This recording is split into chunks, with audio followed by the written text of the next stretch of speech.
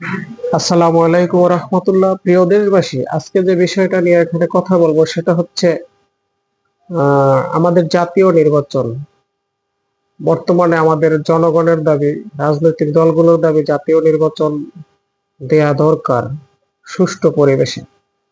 এখন এখানে আমরা যে বিগত বছরগুলোতে আমাদের দেশে যে নির্বাচন হয়েছে, সেই নির্বাচনের সিস্টেম ছিল যে আহ কোনো একটি দল আহ এক তৃতীয়াংশ ভোট পাইলো। মনে করেন আমাদের 100% ভোটের ভিতরে 30% ভোট একটা দল পাইলো এবং অন্যান্য দলগুলো মিলে 60% ভোট পাইলো। কিন্তু এখানে সরকার গঠন কারা করবে? যারা 30% ভোট পাইছে। কারণ সব দল মিলে পাইছে 60%, কেউ 20%, কেউ 5%, কেউ 10%, এইভাবে। আর একটা দল 60% পাওয়ার কারণে তারাই সরকার গঠন করবে, এটাই আমাদের দেশের সিস্টেম। এখন এইখানে দেখেন, আমরা যেই বিষয়টা ফলো করি, এই ভিডিওটা বানানোর আমার মূল উদ্দেশ্যই যত প্রত্যন্ত অঞ্চল যারা আহ, সহজে মানুষ বুঝতে পারে যে আসলে আমাদের নির্বাচনী ব্যবস্থাটা কেমন এবং কেমন হওয়া দরকার। তো এখানে দেখেন 30% জনগণের মতামতের রায়ের কারণে একটা দল সরকার গঠন করলো এবং তারা এই দেশ নিয়ন্ত্রণ করলো।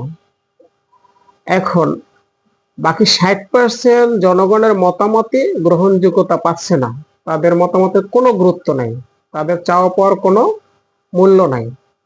সেই ক্ষেত্রে বর্তমানে একটা দাবি উঠছে, হুম ইসলামী আন্দোলন সহ অন্যান্য দলগুলো যে দাবি তুলছে সেটা হচ্ছে পিআর পদ্ধতি। পিআর পদ্ধতিটা আসলে কি? পিআর পদ্ধতিটা হচ্ছে সমান আনুপাতিক হারে প্রতিনিধিত্ব নির্বাচন।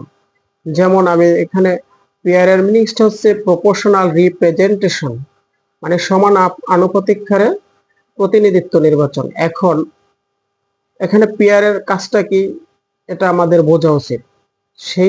সেই কারণে আমি এই ভিডিওটা তৈরি করছি। পিআর পদ্ধতির কাজ হচ্ছে, আপনি একটা দল ধরেন 20% ভোট পাইলো, হ্যাঁ, সেও সংসদে যেতে পারবে। যে একটা দল 40% ভোট পাইলো সেও পার্লামেন্টে যেতে পারবে। একটা দল 25% ভোট পাইলে সেও যেতে পারবে। যে দল যেই আনুপাতিক হারে ভোট পাবে সেই দল সেই অনুযায়ী সংসদ সদস্য ও আসন গ্রহণ করতে সক্ষম হবে। এখানে কি প্রকাশ পায় যে জনগণ, আহ, সব জনগণের পরিপূর্ণ প্রায় 100% জনগণের মতামতই গ্রহণযোগ্যতা পাচ্ছে। এখানে যে সুযোগটা থাকে না, যেমন একটি দল নির্বাচিত হলে তারা একারাই সব ডিসিশন নেয় এবং দলীয় স্বার্থে ডিসিশন নিতে সক্ষম হয়।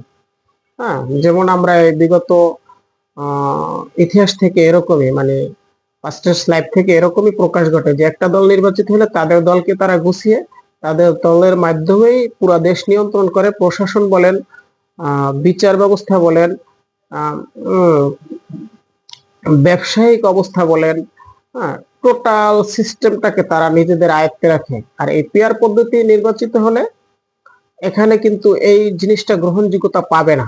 যেমন ভিন্ন ভিন্ন দলের সব দলের সংসদ সদস্যই সংসদে থাকবে। তো এখানে কেউ আহ, চাইলেই নিজের দলকে এভাবে প্রাধান্য দিয়ে দেশের ক্ষতি করতে পারবে না, জনগণের ক্ষতি করতে পারবে না। তো আমরা চাই যে আসলে পিয়ার পদ্ধতিটাই এদেশে বাস্তবায়ন হোক। কারণ পিয়ার পদ্ধতি দ্বারাই মনে হয় না, পিয়ার পদ্ধতি দ্বারাই প্রমাণিত হয় যে পরিপূর্ণ জনগণের মতামত প্রকাশের সুযোগ আছে। তো এই জন্য আমি দেশবাসীর কাছে অনুরোধ জানাবো যে আমরা পিয়ার পদ্ধতিকে সাপোর্ট করি এবং পিয়ার পদ্ধতির মাধ্যমেই সামনে যে নির্বাচন হতে যাচ্ছে আমরা প্রতিনিধি নির্বাচিত করি এবং ন্যায় সৎ চরিত্রবান ব্যক্তিকে আমরা ভোট দেই আমাদের। এবং এর দ্বারা দেশের সৎ ব্যক্তি নির্বাচিত হলে দেশের মূল গণতন্ত্রের যে থিম, জনগণের যে আকাঙ্ক্ষা ন্যায় বিচার প্রতিষ্ঠা হবে, দেশ সুন্দর হবে এবং সবাই সুন্দর ভাবে জীবনযাপন করতে সক্ষম হবে এবং দেশে একটা মুক্ত নিঃশ্বাস নেওয়ার ব্যবস্থা থাকবে। আমাদের মূল উদ্দেশ্য কি? মূল উদ্দেশ্য হলো ন্যায় বিচার প্রতিষ্ঠা করা। ন্যায় আমরা জনগণ কি চাই? যে সঠিক বিচারটা হোক। পৃথিবীতে এখন বিচার ব্যবস্থা এতটা দুর্বল, এই যে পাথর দিয়ে প্রকাশ্যে লাইভে আঘাত করে একটা ব্যক্তিকে মারা হলো, তার মামলা নিচ্ছে না, এরকম শোনা যাচ্ছে।